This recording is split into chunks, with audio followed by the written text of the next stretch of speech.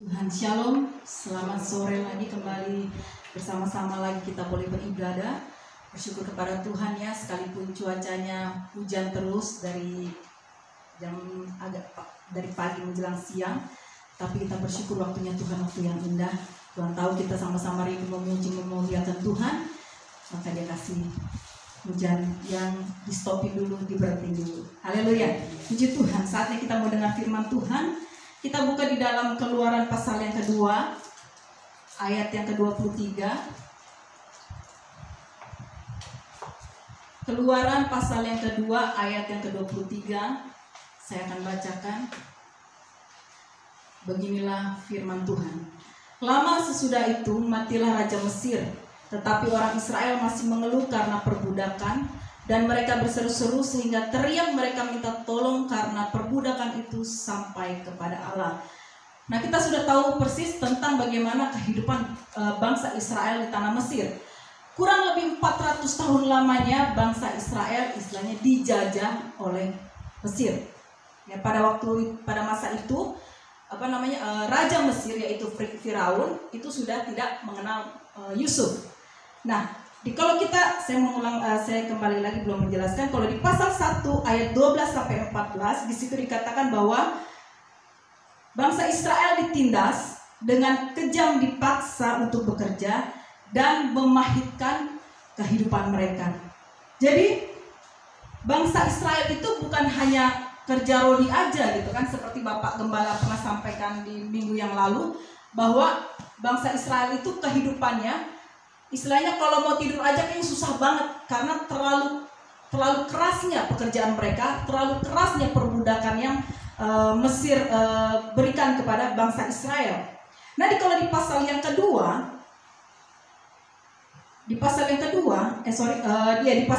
ayat 24 di sini dikatakan bahwa Allah mendengar mereka mengerang.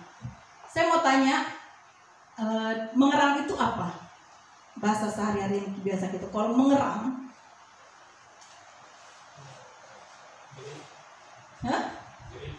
menjerit. Apa mengerang?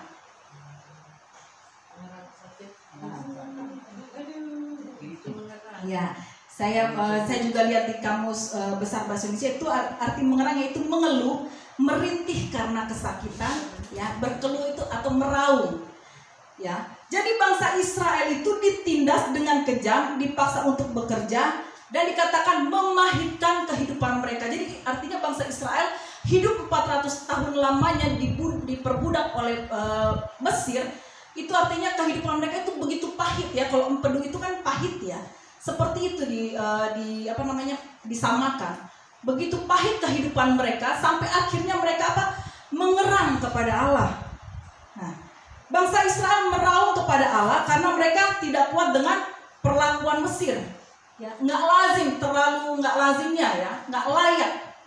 Nah, lalu kalau kita lihat di pasal 2, kita nggak usah lihat ini, pasal 2 ayat 23 di bagian akhir, di sini dikatakan teriak mereka minta tolong karena perbudakan itu sampai kepada Allah.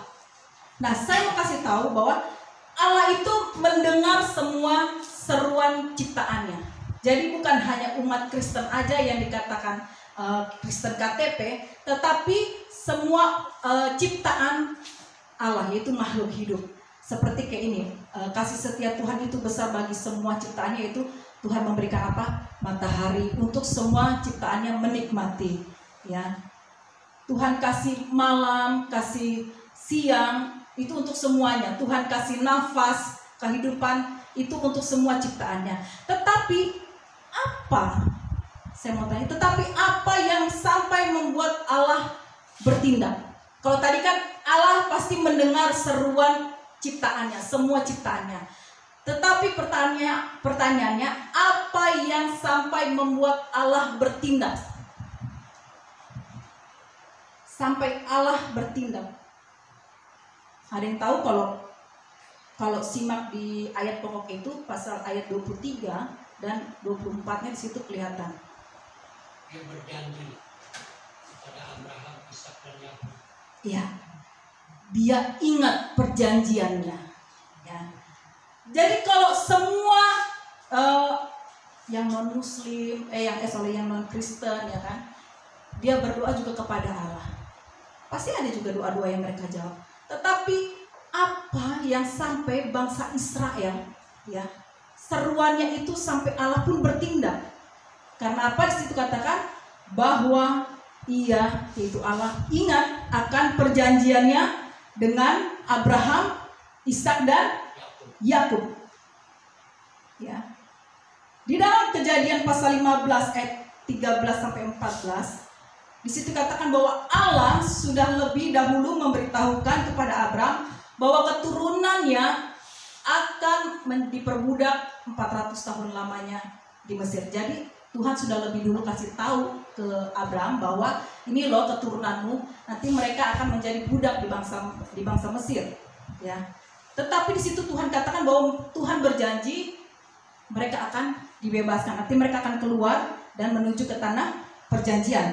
Di ayat yang ke-17 dan 18 di situ disimak bahwa disitulah Tuhan menyatakan perjanjiannya dengan Abraham. Bapak Gembala pernah sampaikan bahwa perjanjiannya itu Allah sendiri yang melewati korban-korban sembelihan. Allah sendiri yang melewatinya. Jadi perjanjiannya Allah itu kekal. Nah, sebab itu saya kasih judul Allah yang mengingat perjanjiannya.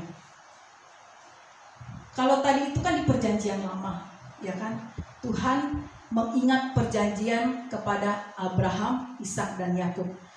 Itu di perjanjian lama. Bagaimana di perjanjian yang baru? Kita yang hidup sekarang. Apakah perjanjian Allah itu tetap berlaku bagi kehidupan kita, umat-umatnya? Tetap berlaku. Dari mana tetap berlakunya? Dari mana kita bisa tahu bahwa perjanjiannya itu tetap berlaku bagi kita?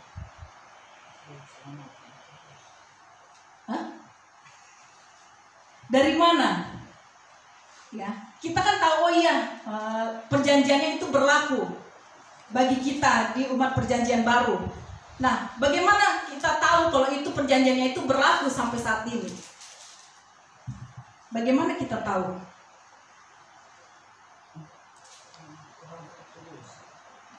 Karena kita buka di dalam Galatia 3 ayat 29.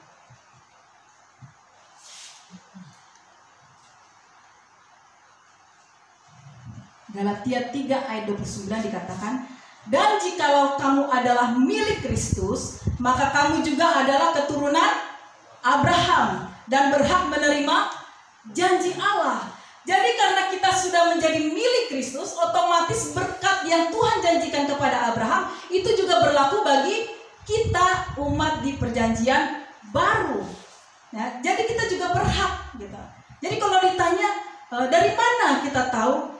Iya, karena kita milik Kristus. Dari mana kita tahu bahwa perjanjian Allah, berkat-berkat Abraham itu masih berlaku bagi kita? Karena kita milik Kristus. Amin. Nah, janji Tuhan dalam Alkitab itu saya melihat bahwa janji Tuhan itu jumlahnya ribuan. Ada sumber yang menyatakan katanya jumlahnya itu ada yang 3.573. Ini saya lihat di informasi ya. Ada 5.467 janji. Bahkan lebih dari 7.000 janji. Tetapi di sini kita mau diingatkan kembali, ya.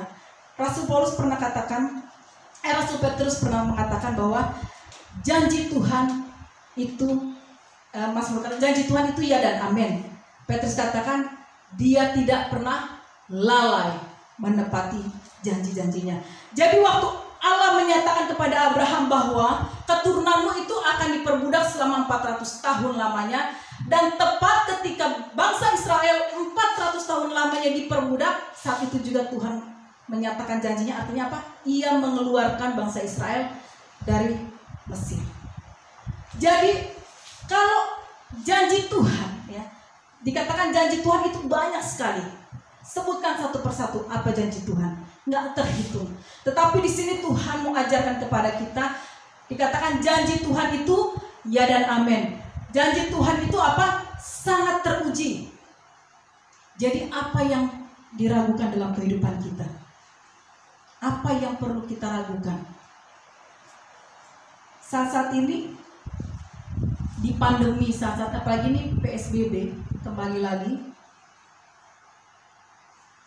ekonomi semakin sulit, ya, ekonomi semakin sulit. Tidak sedikit anak-anak Tuhan yang kena, banyak sekali juga anak-anaknya Tuhan yang kena. Perekonomian sangat menurun. Tidak sedikit juga yang di PHK. Puji Tuhan, sesungguhnya enggak ya, puji Tuhan. Tapi tidak sedikit juga anak-anak Tuhan yang kena PHK. Ada banyak juga. Tidak sedikit juga anak-anak Tuhan yang usahanya bangkrut, ya, usahanya menurun. Tidak sedikit juga jualannya merosot. Jualan ini, jualan itu, usaha ini merosot. Tapi di sini Tuhan mengajarkan. Di dalam 1 Petrus 5 ayat 7 dikatakan apa? Serahkanlah kekhawatiranmu kepada Tuhan. Sebab di situ dikatakan apa? Sebab Dia yang memelihara kamu. Saat apa ya?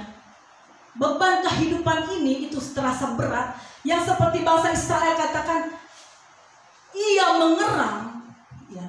Seringkali mungkin persoalan hidup kita, Tuhan bagaimana kehidupan saya selanjutnya di tengah pandemi ini, apa yang harus saya lewati, itu kok rasanya berat. Saat-saat itu kita mungkin mengerang kepada Tuhan.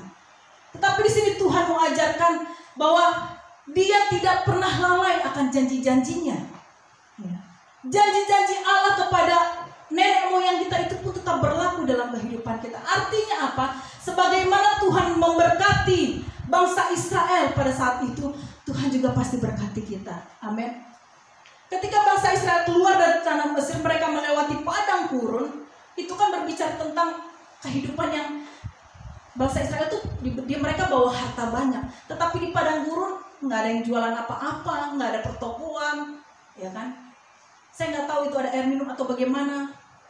Istilahnya sama aja krisis pada saat itu kan, panas terik. Ya, udaranya panas, kadang udaranya dingin, tidak menentu.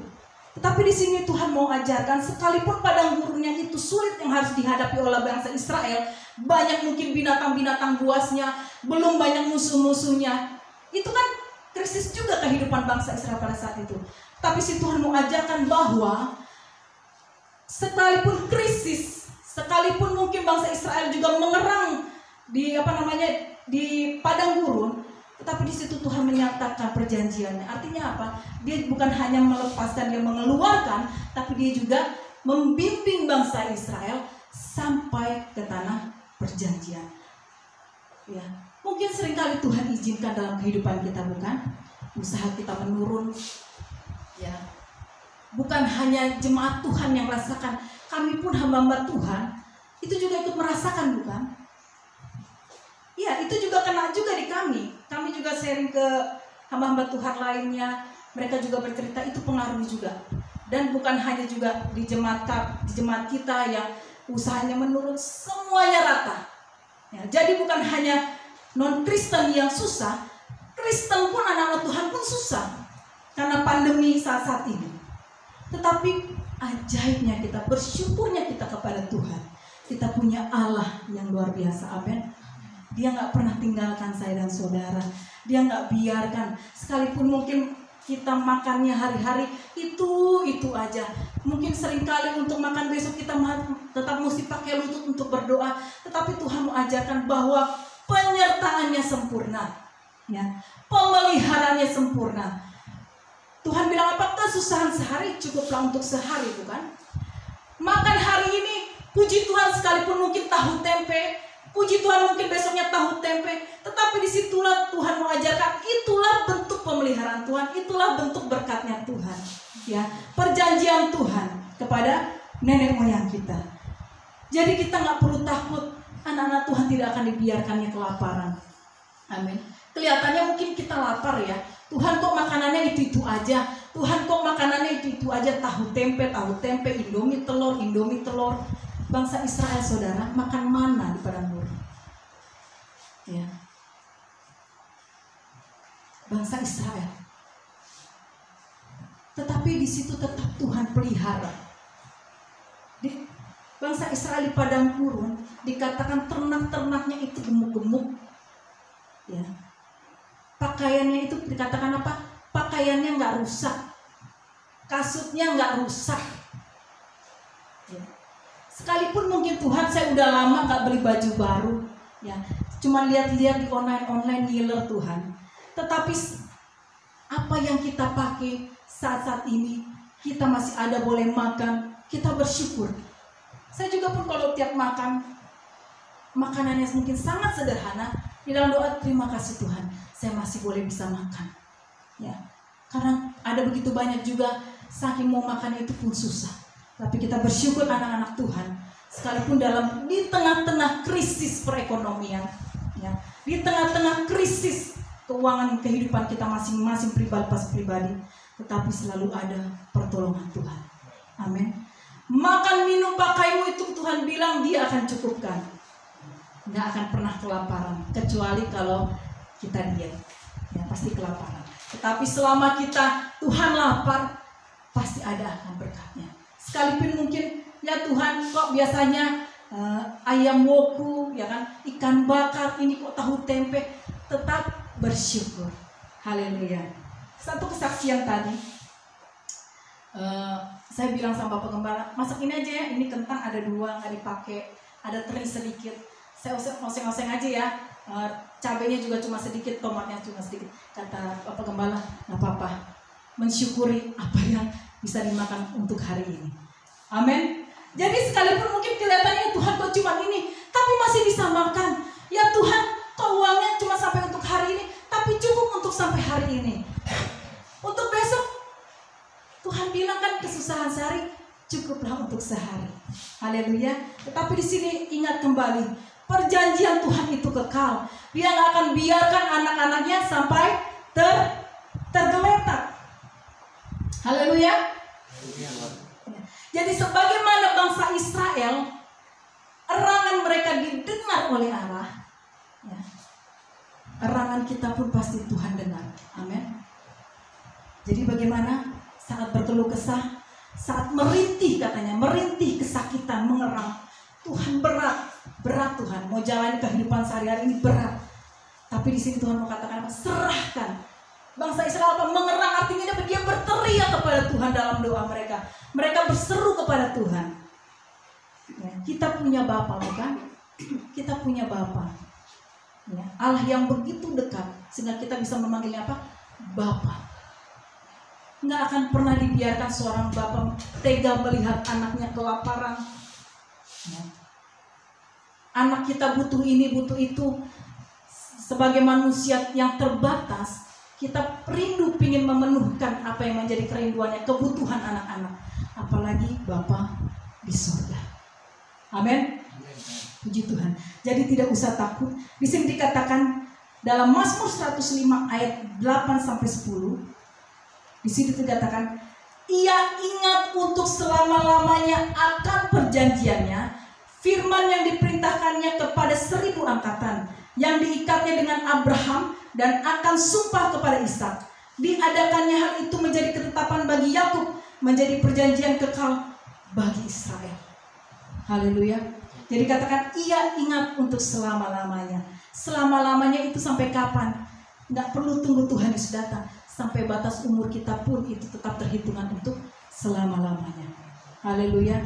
Jadi nggak perlu takut saudara.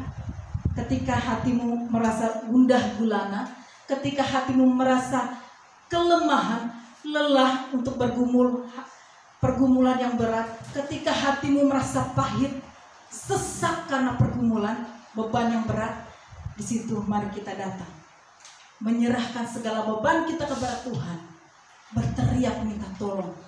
Disitulah Tuhan akan bertindak menolong saya dan saudara. Amin. Puji Tuhan. Nah, di sini kita mau ajarkan lagi bahwa firman-Nya ya dan amin. Ia tetap ingat perjanjiannya yang kekal bagi kita semua, karena kita anak-anaknya, yaitu milik Kristus. Haleluya, puji Tuhan. Firman Tuhan tidak saya panjangkan. Kita angkat pujian, janjimu seperti fajar pagi hari.